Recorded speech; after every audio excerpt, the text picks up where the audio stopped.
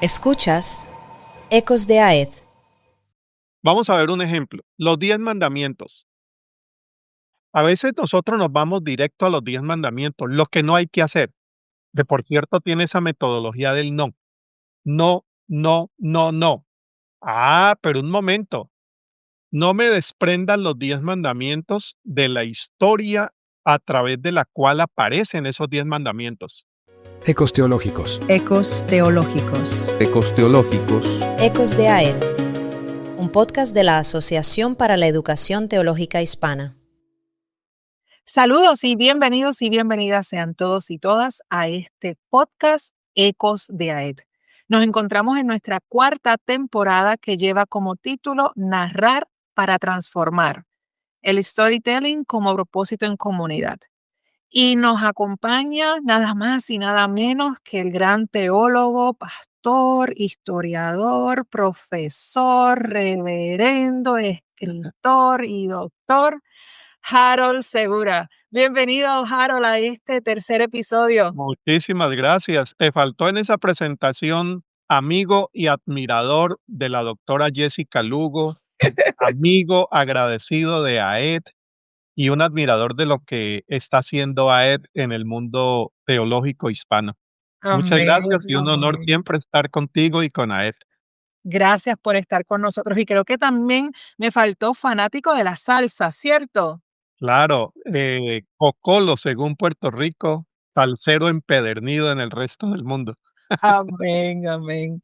No, de verdad que ha sido motivo de gran gozo, compartir juntamente contigo esta cuarta temporada de un tema que, como muy mencionaste en un episodio anterior, no es novel, sino que de repente crea en nosotros ese rescatar la narración de historias tan importantes. Y en este episodio vamos a hablar sobre modelos narrativos Sí. y caminos bíblicos para contar historias. Así que la pregunta que te lanzo, Harold, es: ¿qué tipo de relatos usa la Biblia y cómo podemos aprender de ellos? Sí, me gusta mucho la pregunta y estoy pensando ahora cómo podríamos hacerle esa pregunta a un exégeta, hermeneuta, cientista de la Biblia especializado. Mm, Yo creo que la pregunta le sorprendería o la respuesta nos sorprendería, porque seguramente nos iría a decir que lo que más se encuentra en el texto bíblico son relatos, mm, narraciones, historias. Y yo creo que esto es muy importante en nuestra comprensión de la Biblia. La Biblia no es un libro de preceptos. Hay un lugar para los preceptos, pero generalmente esos preceptos, incluso ellos, están dentro de un marco de una historia que se cuenta. Vamos a ver un ejemplo. Los 10 mandamientos. A veces nosotros nos vamos directo a los 10 mandamientos, lo que no hay que hacer. Que por cierto tiene esa metodología del no. No, no, no, no. Pero un momento. No me desprendan los 10 mandamientos de la historia a través de la cual aparecen esos 10 mandamientos. Hay una historia. Entonces, toda la Biblia es una narración. Por eso se dice que el estilo privilegiado de los escritores, escritoras sagrados, era la narración. mm, Y uno tratando de hacer como una síntesis de esas diferentes metodologías de narrar, uno podría mencionar, por ejemplo, las narraciones históricas. Éxodo. ¿Qué es el Éxodo? El Éxodo es una narración, por cierto, extensa de lo que le está pasando al pueblo. mm. Pero es una narración con el sentido historiográfico moderno para dejar registro de lo sucedido. No, no, no. La narración bíblica tiene algo más. La narración bíblica intenta producir transformaciones permanentes en las generaciones que van a venir. Por eso, esa narración del Éxodo se vuelve credo, se vuelve un credo, que es el credo del pueblo de Israel que después va a decir, éramos esclavos en tierra de Egipto cuando Dios llamó a Moisés y le dijo, vamos a tierra de libertad y peregrinamos, pero eso se vuelve credo. Yo creo que Ujú. teológicamente aquí hay un principio muy grande. Es la narración la que se vuelve credo. Son narraciones. Por otro lado, tenemos otra forma de narración que es el relato fundacional, lo que los especialistas llaman en algunos momentos mito, que yo no me atrevo siempre a usar la palabra porque la palabra no siempre es bien interpretada. Correcto. Dejémoslo como relato fundacional. Es un relato que abre horizontes de vida, como es, por ejemplo, el relato de Adán y Eva. Mm, Ahí hay un relato, ahí hay una historia. Es un relato que nos dice cómo es el ser humano, el sentido que tiene el ser humano, de dónde viene el ser humano, pero es relato fundacional como hay otros, ¿no? Quizá el que más me gusta a mí es el relato de la caída en Génesis capítulo 3. Yo tengo como cierta obsesión pastoral con Génesis 3. Yo por acá en la oficina tengo hasta un cuadro de Dios arriba sacando del Edén a Adán y Eva y ellos con sus manos así saliendo. Tengo un grabado por aquí. Porque ese relato, imagínate fundacionalmente que nos dice, cuando digo fundacionalmente es que nos explica la esencia misma del ser humano mm, en una narración. Entonces, ¿qué nos está diciendo? Que nosotros vivimos fuera del Edén. Este mm, no es un Edén. La historia nuestra no es una historia del Edén. La historia nuestra es una historia de Génesis capítulo 4 en adelante, pero son relatos fundacionales. La Torre de Babel. Bueno, por otro lado, y voy terminando, biografías teológicas, mm. biografías a través de las cuales nos muestran los grandes héroes y heroínas de la fe, pero nos lo cuenta a la manera de una historia. Abraham, Moisés, David, Ruth, Esther, Pedro, Pablo, y sigue, y sigue, y sigue. Y los cuatro evangelistas lo que hacen es mostrarnos una biografía teológica o una teología biografiada del maestro. Mm, Y wow. finalmente yo diría, pues unas que son fantásticas y dan para todo un episodio, las parábolas de Jesús. Bueno, yo me quedaría con esas cuatro, como para mostrar toda esa riqueza de la diversidad de narraciones que trae el texto sagrado. Y me parece interesante, ¿verdad? En estos 4 ejemplos que nos compartes, y yendo a una, aseveración que hiciste al inicio, ¿verdad? Podemos decir entonces que el contenido de las escrituras o la Biblia en sí misma es una metanarrativa entonces, ¿cierto? ¿Sería Sí, una afirmación correcta? sería completamente correcta, a no ser que uno de los grandes expertos en Biblia nos diga lo contrario, pero hasta donde yo he averiguado para no cometer errores, la mayoría está de acuerdo. Dice Harold, es así. Es una Estoy recordando, metanarrativa. estoy ahora recordando al doctor Edesio Sánchez Cetina, mexicano. Tenemos muy buena cercanía, es un experto traductor de la Biblia y una vez le planteé esto y me dijo, Harold, eso es. Y lo que hay que recuperar es la teología narrativa, la Mm, predicción narrativa, la pedagogía narrativa, porque lo que encontramos en el texto sagrado son narraciones puestas en diversos formatos, pero es storytelling sagrado, pongámosle ese título. wow.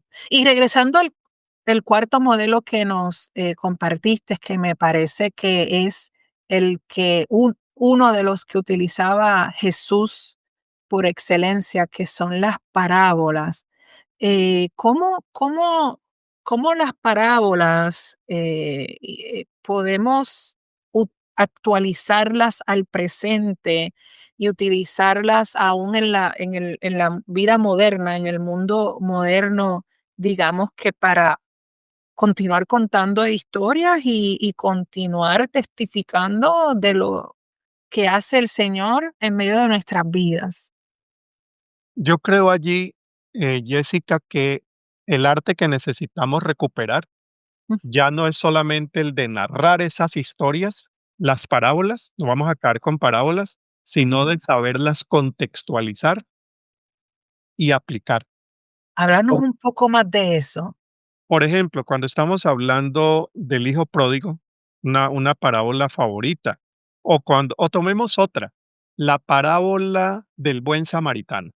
Es otra Mm, parábola extraordinaria, porque quienes le hacen la pregunta a Jesús no le hacen la pregunta por, hey, tú que narras tan bien, ¿por qué no nos cuentas una historia?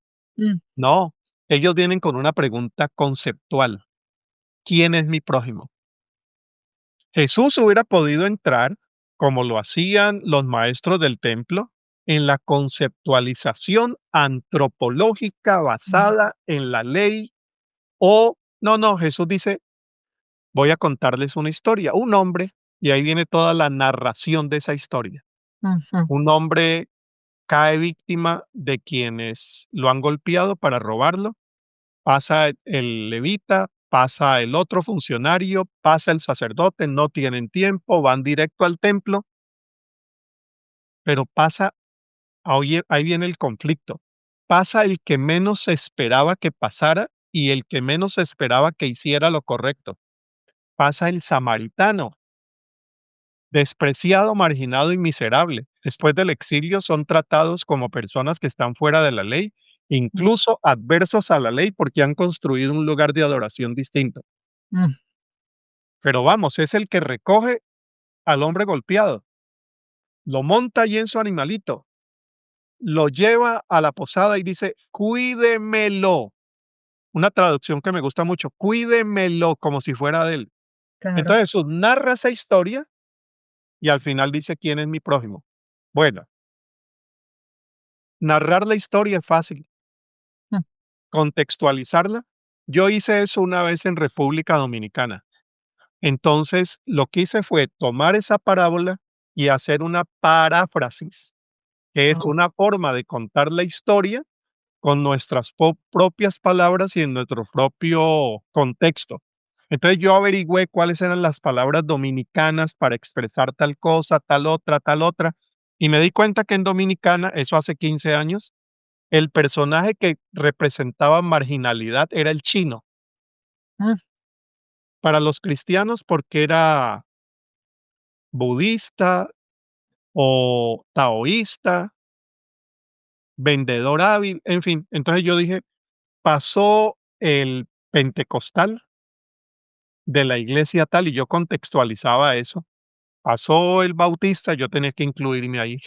claro. Pasó el bautista, iba muy de afán, ya eran las 9:50, empezaban a las 10, eh, después pasó un presbiteriano, y al final pasó el chino en una moto y recogió al hombre que estaba en la avenida, y yo ubiqué en el contexto dominicano, la avenida exacta donde estaba, y el chino montó en su moto al hombre golpeado y se fue para el hospital, y yo le puse nombre al hospital. Mira, la gente cuando yo vuelvo a Dominicana me recuerdan la historia del chino, Wow, wow. pero es contextualizarla, porque en otras ocasiones lo que yo he hecho es, pasó el bautista, pasó el presbiteriano y pasó el luterano, y al final viene un miembro de la Iglesia de Jesucristo de los Santos de los Últimos Días, Mm, mormón, con el respeto de los mormones, claro. lo recoge, lo auxilia, al final, ¿quién es mi prójimo? Bueno, una historia que desconcierta, pero te repito, allí la cuestión no es tanto el arte narrativo, sino el arte de la contextualización que nos permita recuperar la dinámica de vida que tiene esa historia para hoy en momentos de gran deshumanización y crueldad social. Creo que necesitamos retomar esas historias para mostrar cómo en Jesús tenemos espacios para ver por dónde respira la vida, con quiénes respira la vida y cuál es el mensaje central del Evangelio cuando hablamos de prójimo, humanidad, vida, amor, solidaridad. Te escucho, Harold, y viene a mi mente que se hace por tanto importante la intencionalidad al momento de seleccionar un modelo narrativo, ¿verdad? Que sea Sí, contextual, adecuado y relevante para quienes nos escuchan. sí, Por tanto, desde ese punto de partida y para ir ya terminando, ¿qué podemos hacer nosotros y nosotras que contamos, que narramos historias? ¿Cómo podemos atender el asunto de asegurarnos que escogemos un modelo narrativo adecuado para el contexto adecuado? sí, la intencionalidad, Mm, la intencionalidad. Bueno, yo creo que aquí viene como lo más importante de esta conversación que estoy disfrutando tanto. Las historias bien contadas no solamente tienen conclusiones impactantes, mm, tienen una intencionalidad sagrada de promover mm. transformación y de generar espacios para que la gracia de Dios nos cambie a todos y a todas. Amén. Entonces, Amén. la intencionalidad, mira lo que voy a decir aquí, porque en Latinoamérica y el Caribe, en todo el mundo hispanohablante hay que decirlo, la intencionalidad no es la magistralidad del que cuenta. Mm, Estamos a veces muy acostumbrados a contar historias impactantes que al final lo que hacen es admirar al narrador. ya, ¿Ves? En el claro. caso del storytelling cristiano, en el centro no está el narrador. El narrador se prepara, el narrador organiza la historia, el narrador, pero el narrador se pregunta, ¿para qué voy a contar esta historia? Mm, Incluso, mira, desde lo más básico de una costumbre muy evangélica que es contar historias. Yo aprendí muy temprano de mi primer pastor, que a propósito, muchas décadas después viene a mi casa para visitarnos hace unos 2 meses y yo le contaba esa historia, porque cuando yo contaba mi testimonio, yo fui, yo hice, yo era un joven terrible, mm, mi papá sufrió conmigo.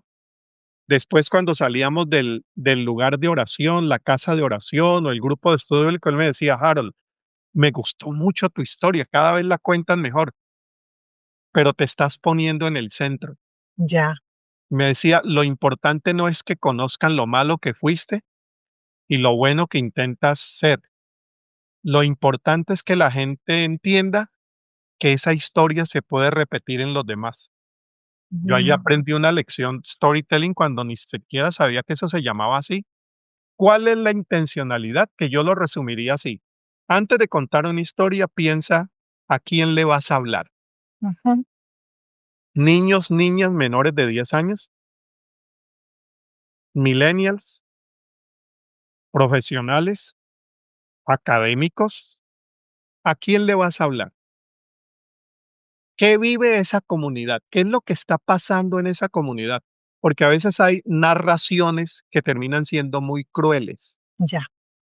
Me parece a mí que en el mundo del mercadeo, contar una historia de una familia que se compra el último modelo de su carro Mercedes-Benz y que no tienen en cuenta que esa narración de niños y niñas alegres en un Mercedes-Benz color gris está llegando a unas favelas en Brasil, a Mm, unos lugares de miseria, resulta cruel.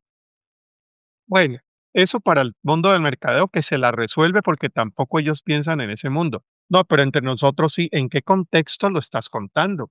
correcto. ¿Cuál es la situación? ¿Cuál es el lenguaje que esa gente utiliza? ¿Cómo puedo contextualizar el lenguaje? ¿Qué necesitarían escuchar hoy? Y la Amén. otra, la intencionalidad, cómo el evangelio resplandece y Jesús se queda en el centro y no el contador de historias. Yo pienso que por allí la intencionalidad iría más conforme al espíritu del Jesús que sabe contar historias como nadie. Wow, excelente. Eh, Como dicen los jóvenes, nos dejas, mira, loading, nos dejas pensando, nos dejas con la mente a 100 millas por hora. Te doy las gracias, Harold, por estar con nosotros en este tercer episodio. Te doy las gracias por compartir de tu sabiduría con nosotros, y a quienes nos escuchan o nos ven, de alguna manera nos sintonizan. También les damos las gracias por conectarse a este Ecos de AED y les invitamos a que continuemos juntos en esta cuarta temporada, aprendiendo y creciendo e ilustrándonos más sobre este tema del storytelling. Así que gracias, Harold, por estar con nosotros. Muchísimas gracias también a ti. Ecos teológicos. Ecos teológicos. Ecos teológicos. Ecos de AED, un podcast de la Asociación para la Educación Teológica Hispana.